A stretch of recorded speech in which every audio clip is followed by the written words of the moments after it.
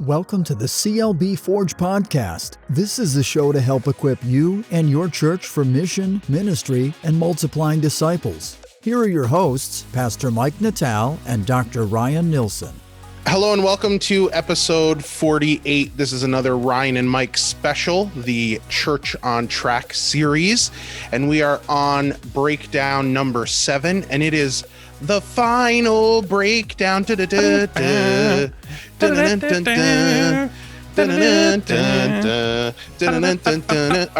that's good. I like how we were final half breakdown off too. That was nice.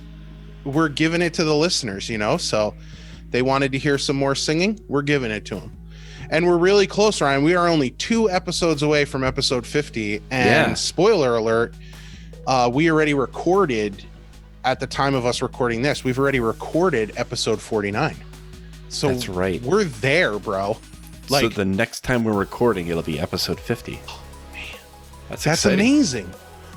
We're there, man. I mean, I don't know about you, but did you expect us to last this long? No. I don't think our listeners did. No, I was pretty excited when we got to episode 7. Totally, man. Yeah. Remember how big of a deal we made of that? Because you were like, the average podcast doesn't make it past episode 7. Yeah. And you were like, we made it. We don't even have to do any more, and I'll feel successful. So now we're almost at episode 50. How do you feel? Don't answer that, because I'm going to ask you that at the next time we record. Yeah, I'm looking forward to reflecting on where we've been and where we're going in episode 50. I think it's going to be a good episode. Me too.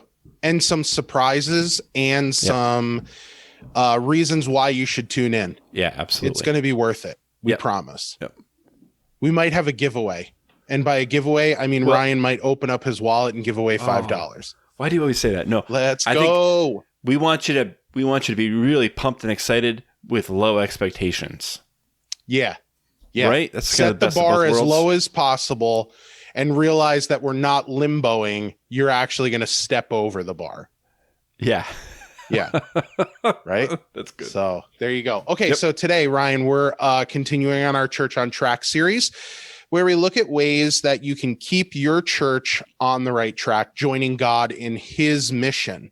Speaking of which, if you want more information about mission, episode 46, 2 episodes prior to this, we sat down with Dr. Matthiasen, and he talked all about mission. So if you haven't listened to that one yet, why don't you pause it, go backwards, give Dr. Matthiasen a listen, and then come back and listen to this episode. It was a great episode with him. We're really happy that he sat down really with us to talk through mission. And so we want to make sure that we give you guys the tools in order to help your church stay on the right track, joining God in his mission, and how to avoid the traps that can get us off track.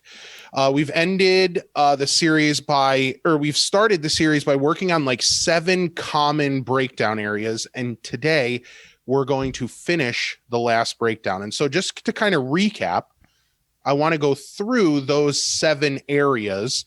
And if you've missed any of these, and you want to pause this and go backwards, you can listen to the previous episodes. They're clearly marked of which ones are the breakdown episodes and which ones they clearly are. And so if you'd like to hear more of these, you can just stop what you're doing, go backwards and re-listen. So time out. How many times are you going to tell people not to listen to this episode?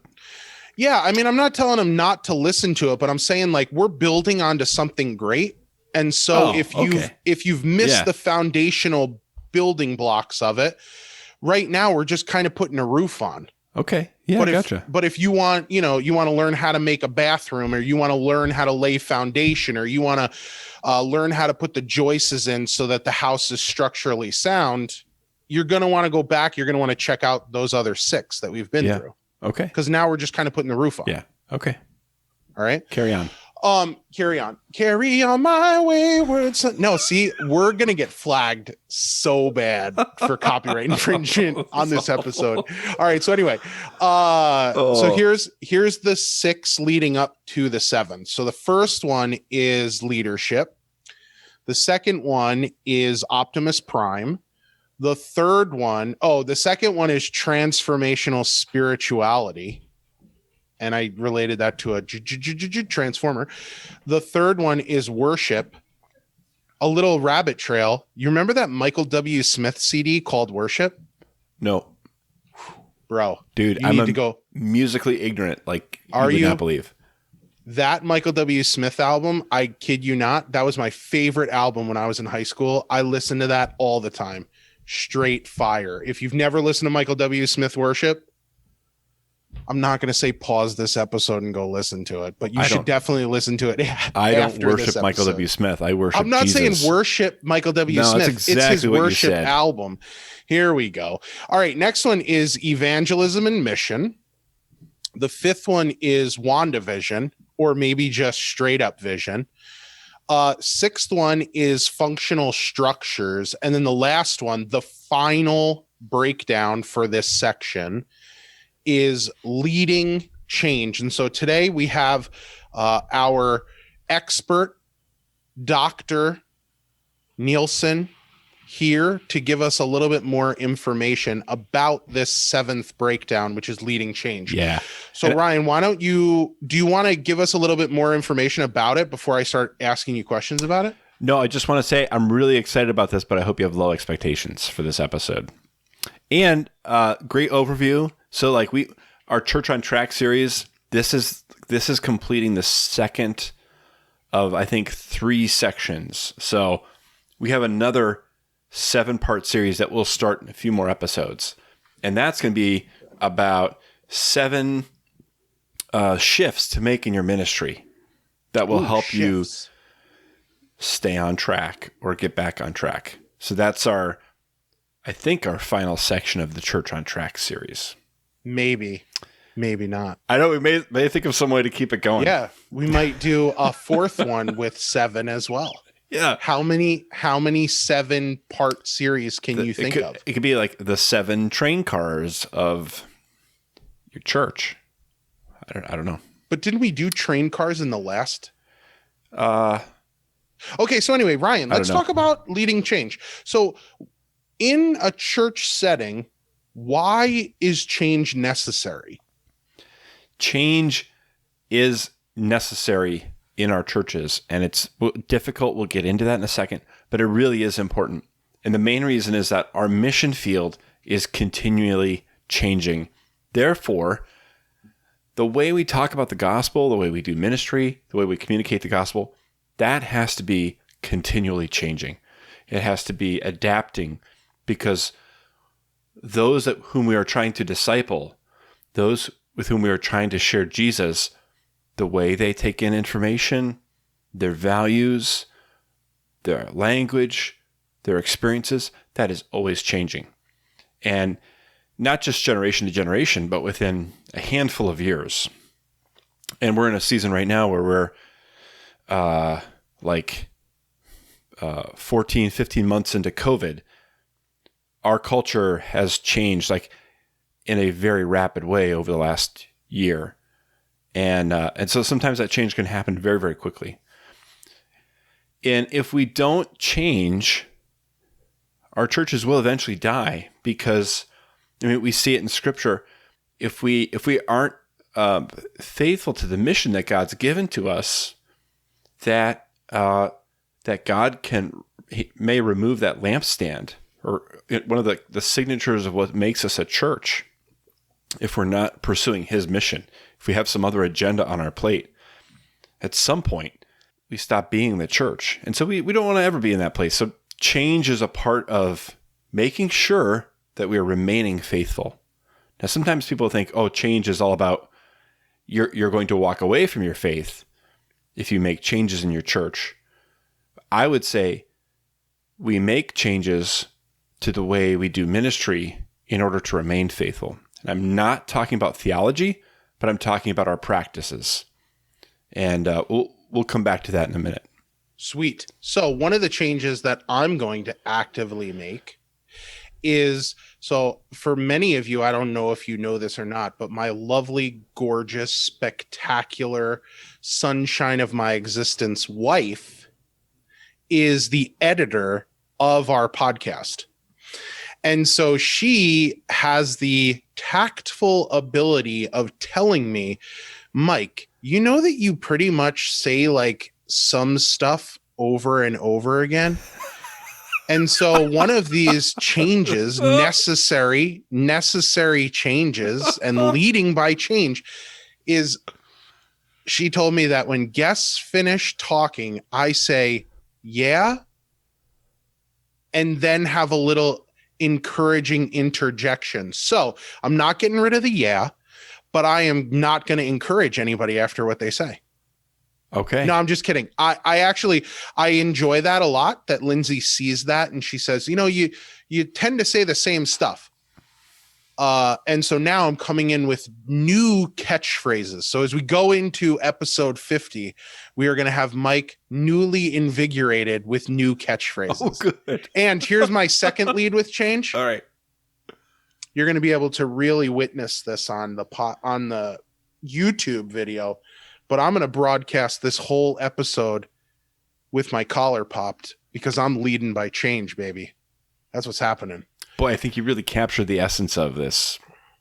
That's what I do. I capture essence. Yeah. That's just who I am as a person. I am the essence of capturing essence. Yeah. All right, Ryan. So let me ask you a question. Why is change hard? So before you answer that, I want to tell you one of the things that I struggle with change is when I think of something to change, especially within a church setting, one of the things that I initially think of right off the bat is, what if I change something and it upsets someone so they leave? Yeah. Or I do something that makes church too different for them and it affects their worship. Yeah. So why is change hard? Yeah, well, you just answered it right there. One of the reasons change is hard is because it can cause pain in our relationships. It can cause conflict, right? Sometimes as church leaders, we get a false idea of what our job is. Sometimes we think our calling means we're to protect everything about the church and keep it the same.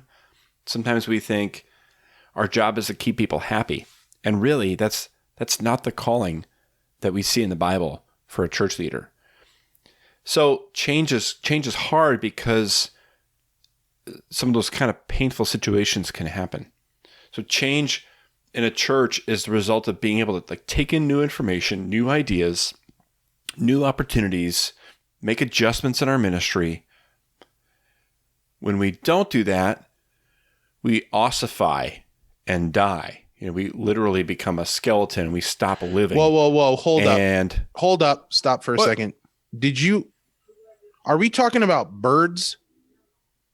Did you just talk about an ostrich? Ossify. What's the word ossify mean? It means you turn to bone. It means you turn to bone. Oh, all right. A living thing turns into calcium. Yeah.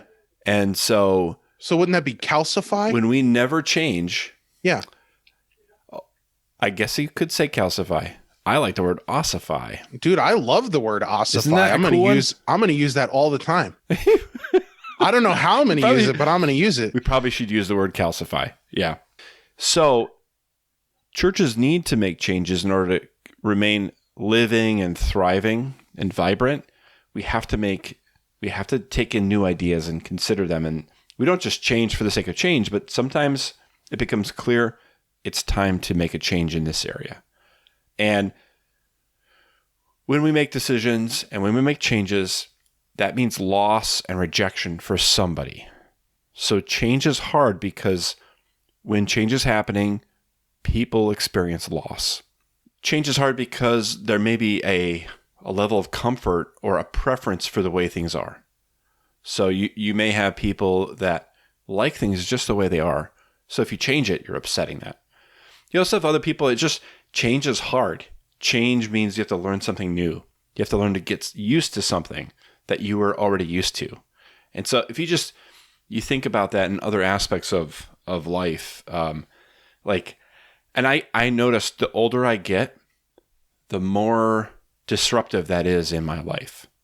So like I'm an iPhone user, and I am getting old enough now that I notice when iPhone makes a big change to the way their operating system works to make it better and more intuitive, I have a harder time adjusting to it because I just got a handle on how to use the last iteration of it. and then they change it. I think we can experience that kind of frustration in all kinds of areas of life, including ministry. Change can feel disloyal to the saints of the past. If we change a ministry or end it, we can feel like we're betraying or failing a hero in our church that mentored us or was a grandparent, or was one of the founding elders or pastor, and we can feel like we've let them down.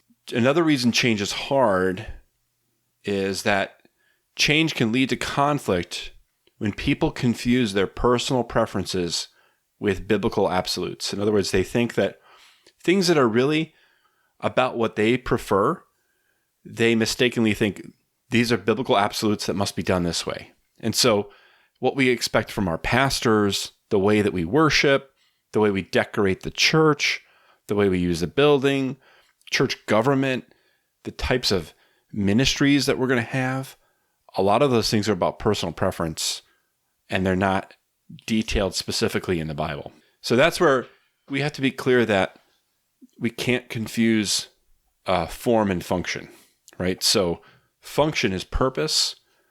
The purpose of the church, our theology, what we believe, that can never change. So the function of the church, the purpose never changes, but the form, the way we carry it out, needs to gradually, continually make adjustments and shifts.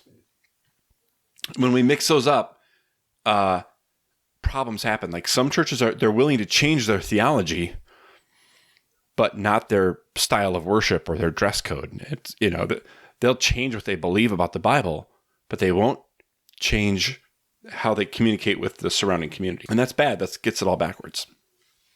That's fascinating. Like that they would compromise theology before compromising habits. But that's who we are as human beings. We are habitual individuals that would much rather not upset the fruit basket. And it's unfortunate that in our minds, theology changing seems so much more comfortable than changing the worship style, a paint job. Yeah. I noticed you wrote dress code, but you omitted it because obviously of my popped collar, clergy, clergy expectations, church government, all of those things. Isn't it amazing how our fleshly nature would just assume compromise scripture before looking at these things to change? Yeah. Yep. Fascinating. Yep. That's fascinating. Yeah. So do you have any practical ways in order to maybe help people who are listening to this saying, I would love to see something change in my church? Do you have any practical ways of kind of helping them through that? Yeah, absolutely do. And kind of in two different groupings. And today's focus on change, I really want to talk about it from the perspective of a church that's trying to get back on track, that may be off track or broken down when it comes to change. So first of all, go check out episode 3. And we talk about 7 ways to lead change in your church. So those are some kind of basics. I'll touch on those in a minute.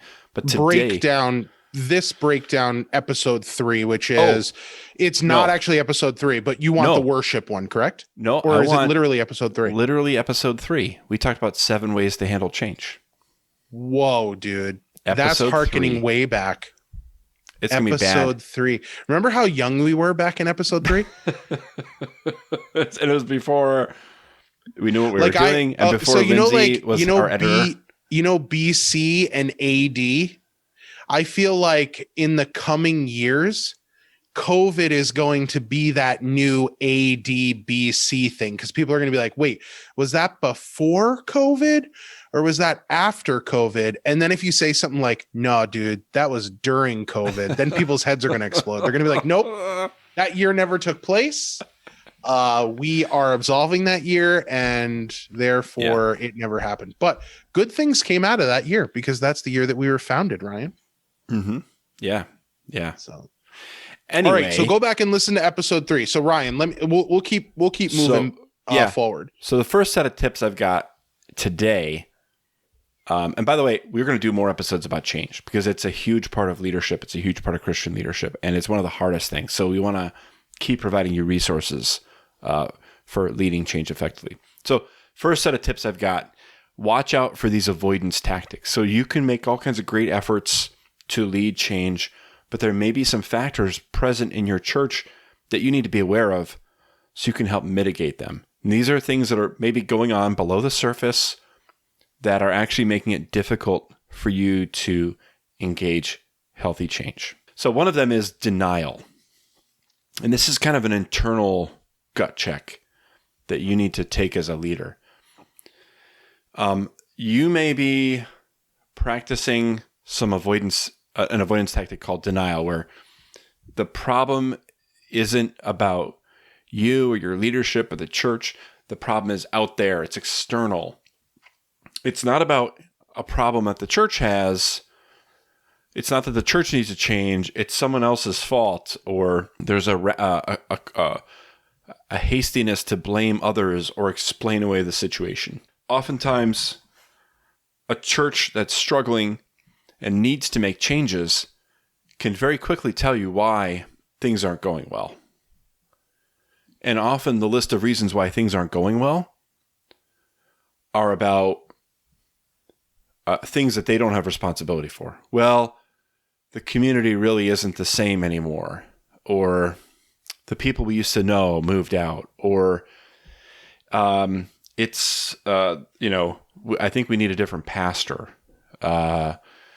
It's just this happened, then that happened, and so we just never got around to dealing with this. So one thing to internally check is, am I in denial about the situation? And therefore I'm resisting changing because I'm avoiding changing because I'm kidding myself and telling myself that everything's fine and I don't bear any responsibility for the situation we're in. I think it's so freeing to acknowledge that we're imperfect, we're sinful, we're broken, and so we like to be the ones solving problems, but sometimes we contribute to them. And acknowledging that we may be responsible for some of the challenges we're facing, I think that frees us up to try something new and different. Another one to watch out for, especially if you're in a church that's struggling, that may be having a breakdown problem, is watch out for complex organizational structures. And not just churches, but all human organizations, when they are in the decline, they tend to get more and more complicated. And this is an avoidance tactic. It's done in order to avoid a painful change.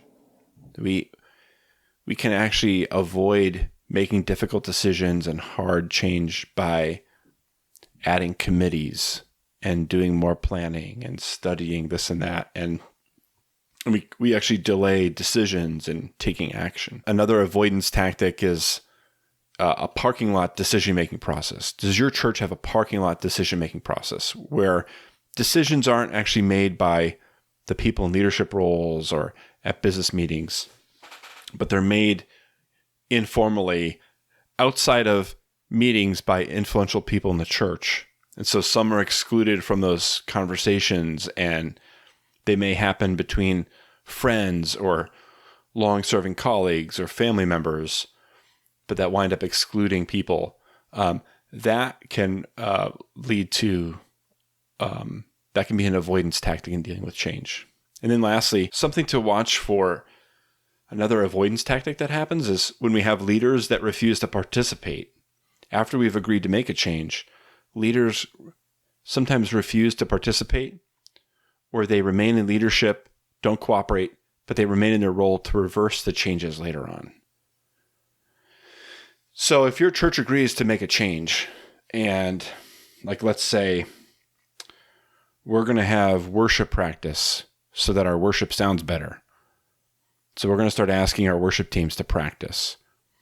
And you have a worship leader that says, I don't want to do that. It's good enough the way it is. And I don't want to get up earlier or come out an extra night to practice. And so me and my team, we're not going to practice. Then you have then you're in a situation where, as like the leader of the church or whatever, you would say, all right, well, hey, I'm sorry to hear that.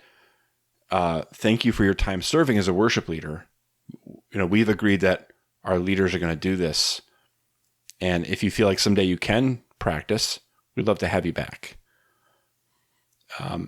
So that'd be kind of a healthy response where you hold people to levels of accountability and expectations. And when they push back on you, you don't give ground. So what happens often, and I'm guilty of this, like, if you're in that same made up situation with the worship leader, it's very tempting to say, okay, well, this leader isn't going to practice. The others are. This one's just not going to do it. And we'll just have to live with that and move on. That's a situation where when you're trying to bring excellence to an area of ministry, a leader can refuse to participate, and it can really kind of hobble the church and prevent some healthy growth from happening. And other times, if what can happen too is leaders can not be in agreement with a change, not help out, but the real challenge comes when they remain in their leadership role or simply to be in a position when later on down the road, if there's an opportunity to reverse the change, they're in a leadership role in order to do it, in order to reverse it. So I think early on in a change process is not the most vulnerable time. When at the very beginning, you make a change. It's somewhere in that middle time where you've implemented a change for a while and things seem to be going well. And maybe there's a stumble or two.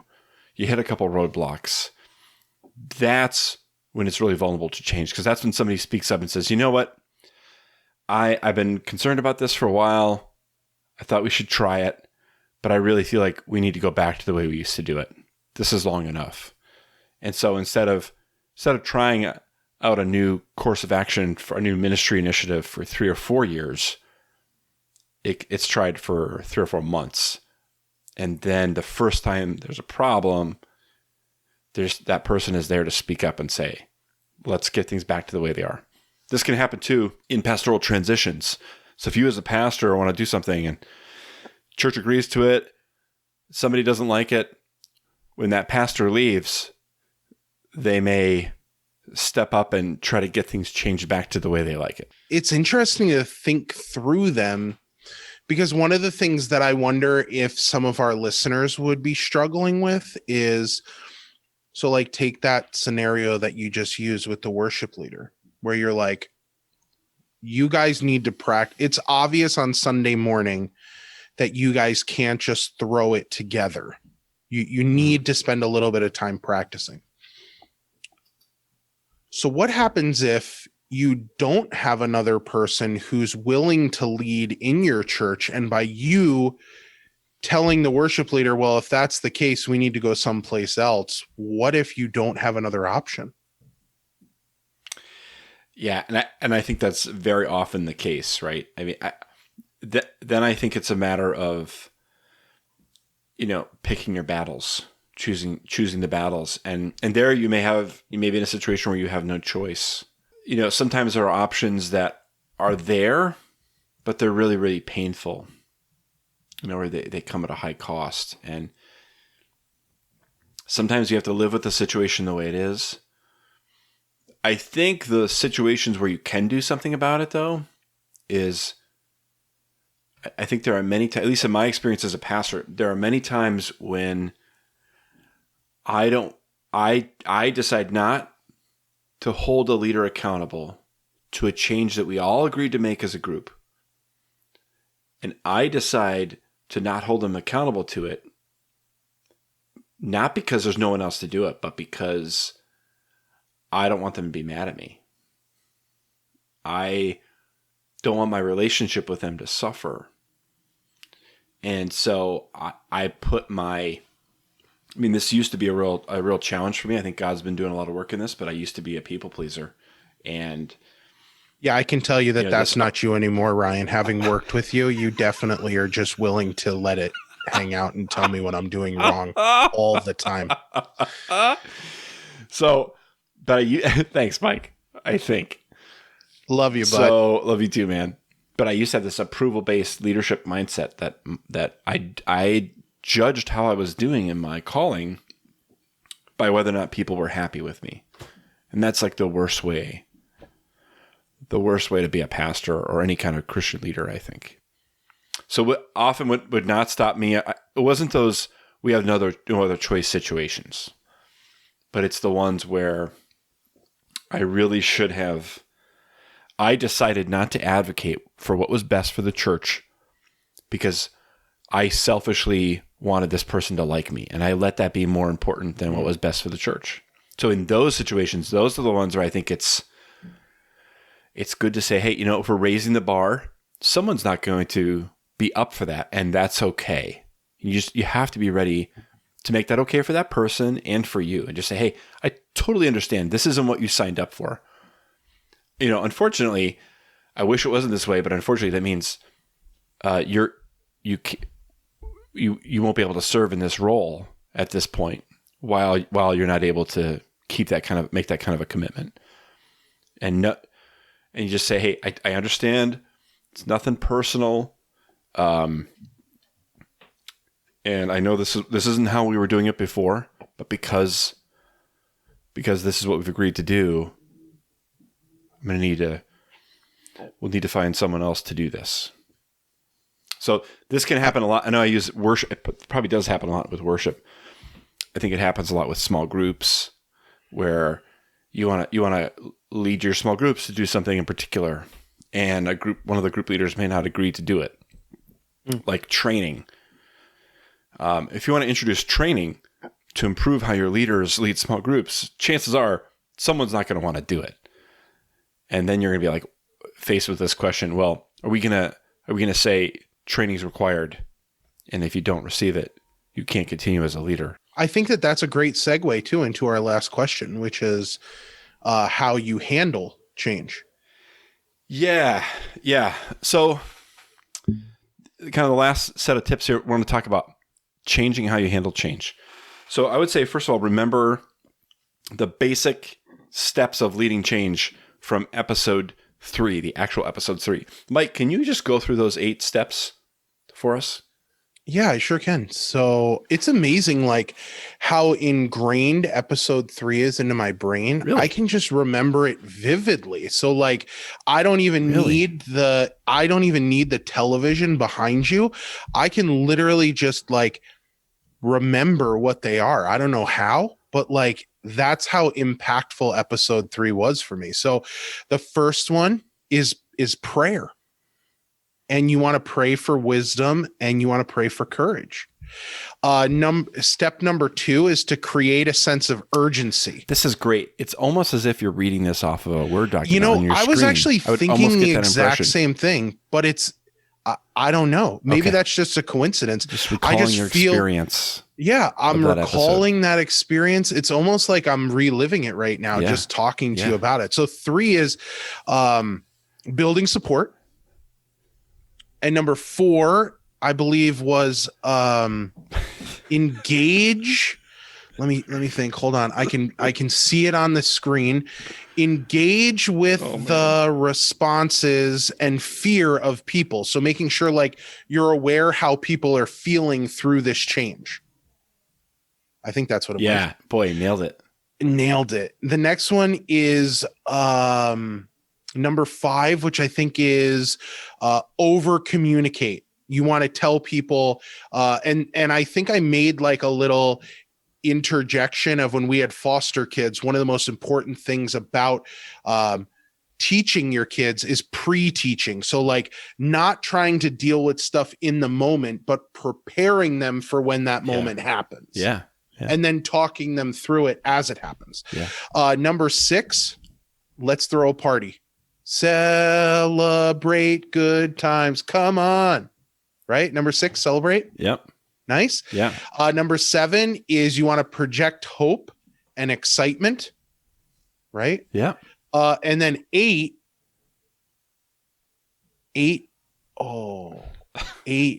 This one's a tough one. And I know that it had 2 F's in it.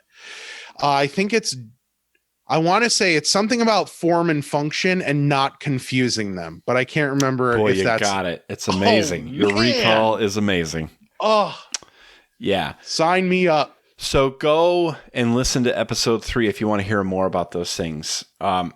So today, when we talk about changing how you handle change, I want to talk about some factors that might especially be present in a church that's struggling. So, keep in mind those 8 steps. Those are great. There's all kinds of other ways to break down the way you lead change. I just want to zero in on a couple of specific things that if you're in a church that's plateaued or declining, these are some things that you may want to especially focus on. So one is reducing the levels of complacency and comfort. It is almost impossible to get a change to happen if everybody's comfortable with the way things are. There's like zero reason. People feel no urgency to do it.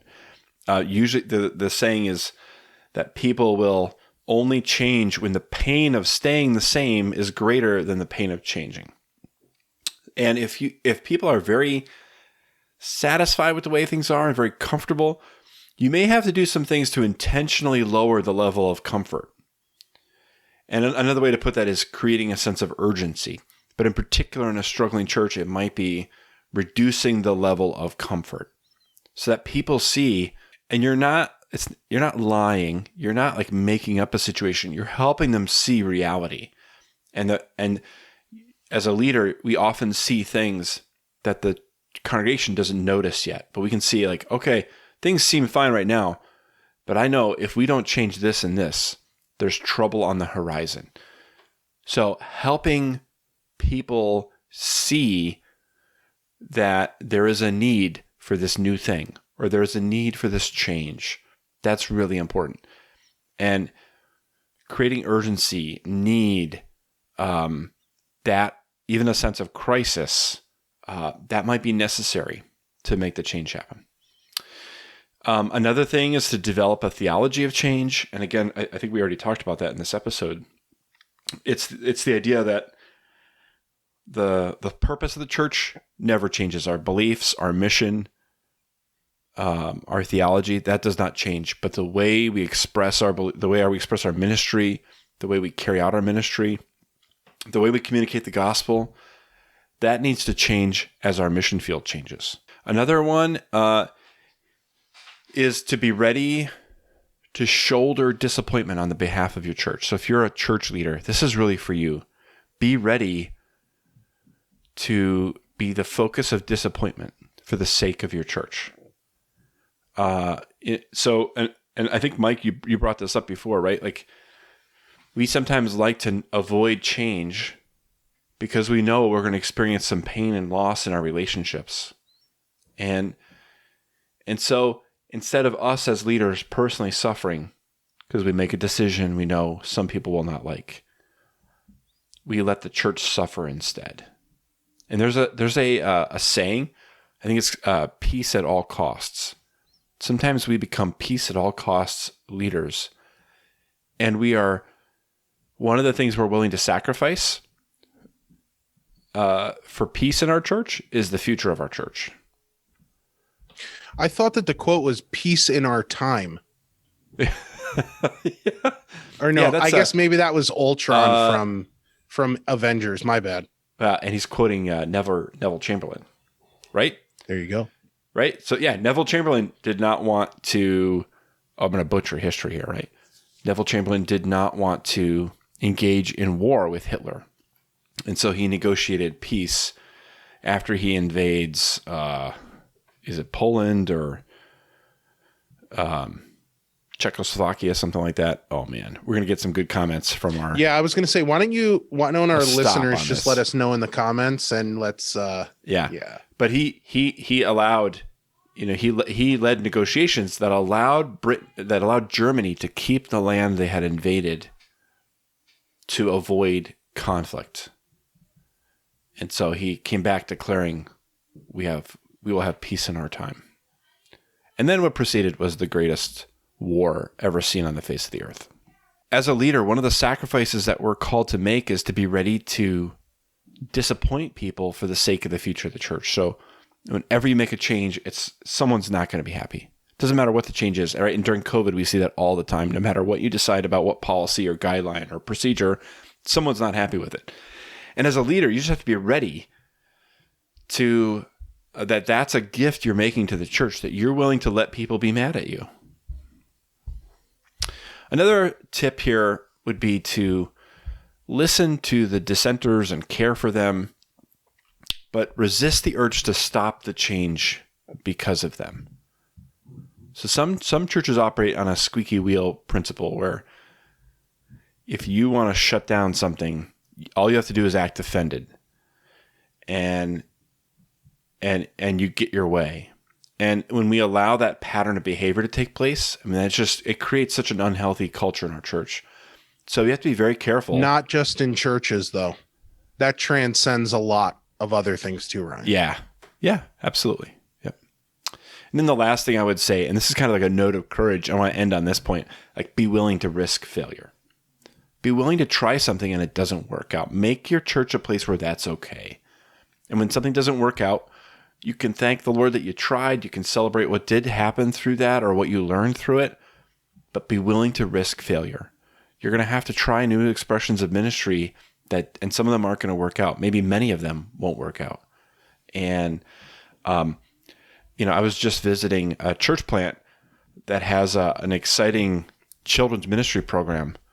And it's just so cool and exciting to see all these kids and families being ministered to. But I can tell you behind that it was a lot of trial and error. Getting to that point, the road was kind of paved with trying something, it didn't work. Trying something else, it didn't work, and so on and so on. So don't be afraid of trying something new, facing failure, and moving on from it. Solid.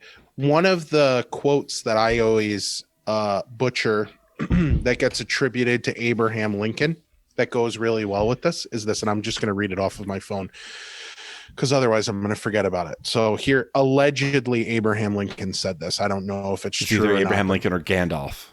Or Martin Luther, okay. One of the three. So here's what it says. You can please some of the people some of the time. All of the people some of the time. Some of the people all the time. But you can never please all the people all the time. And so it's important to remember that too. Like with change, realize that when you change, you're not going to please everyone, but also realize that the opposite is also true. By not changing, you're also not pleasing people. Yeah. Too. Yeah. That's a great point. So it really goes to show sometimes you have to make what seems like a difficult decision in order to continue to push and propel yourself forward as a congregation. And it might not always go over the best with everyone, but sometimes it needs to be done. Yeah. Yep. Yeah. So Ryan, thank you so much for your insight into this final part two of three, potentially more. I don't know about you, but I kind of feel like one of those movies where you know that it's only either supposed to have one movie in order to carry it all out or three movies, and then they break down the third movie into a two-parter and you're like, really? So hopefully our listeners don't feel that way.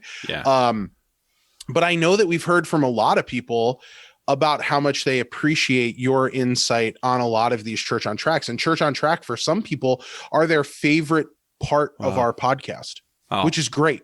And so awesome. I'm glad that people are using them.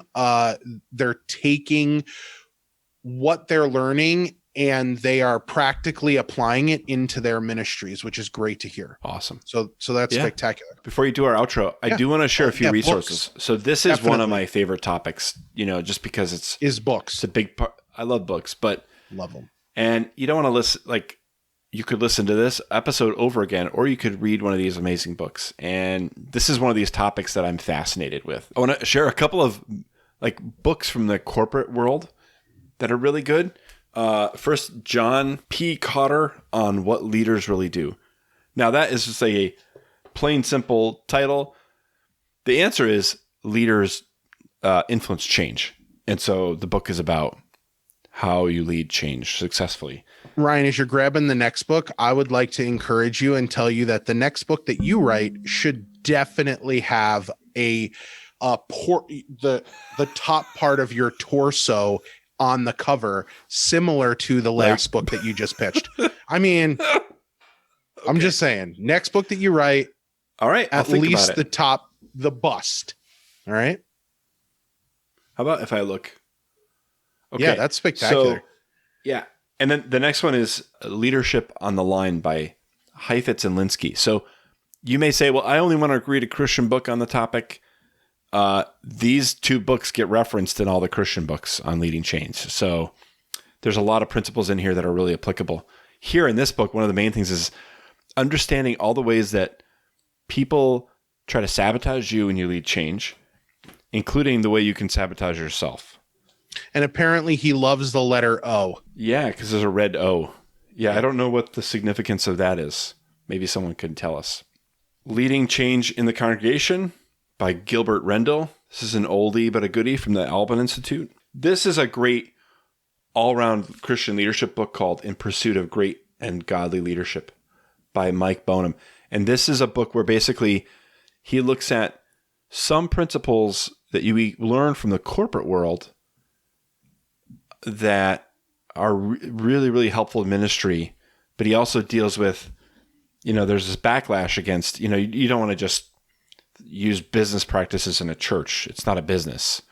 So he walks this nice balance line of here's what we can learn from the corporate world and incorporate biblical principles in how we lead our churches. So, and all kinds of great topics. Like if you don't want to read a book about leading change and you want to read a chapter, read this, or a chapter on conflict instead of a book. Another one here is called Change is Like a Slinky. And this is a Christian book about leading change. And actually, I wonder if we can get this guy on our show. I'm going to ask him. Hans Finzel. He's one of my professors. So he has his own change process that he walks people through. Then last one I want to share is actually kind of like a novel, Who Stole My Church, written by Gordon MacDonald. And he's one of my what's the people's obsession with the letter O? Look at that. You're right. What is that? Papers. So Who Stole My Church is a kind of a narrative of some church members that see changes happening in their church when a new pastor shows up. And there's some things that happen that they don't like, and the pastor isn't dealing with it well either. He's kind of made changes and he's avoiding people. And finally I don't want to give away the ending, but they learn how to interact with each other about the changes the church is experiencing. And it's I think that's a great book discussion. If your church is going through a major project like a building campaign or planting a church or adding services, and things are changing significantly, having a book study like this available where people can read through this and talk about what they're reading and reflect on how it relates to what they're experiencing. This can be, going through a conversation like this can help people process the pain of change that they're experiencing, but in a really healthy way. You just wanted me to thank you twice, didn't you? Yeah, that's really, I just can't get enough of that. I do like words of affirmation, Mike. Well, there you go. You know Ryan, me well. You did a spectacular job today. I'm sure our listeners would agree with that. And I'm so appreciative once again for you sharing your knowledge with us. Thanks, to our Mike. listeners for tuning in to our show today. Don't forget to subscribe to the podcast so that you can be notified when the next podcast becomes available. Usually we try to drop them on Tuesdays. And we'd love it if you could share the podcast with a friend or a colleague. And so thank you so much for tuning in today. We appreciate you. And be prepared for episode 50. We're getting there. All right, guys. Thanks, everybody. Have a great day. See ya. This has been an episode of the CLB Forge podcast with Pastor Mike Natal and Dr. Ryan Nilsson. Thanks for listening. We welcome your questions and comments. Email us at podcast@clbforge.org.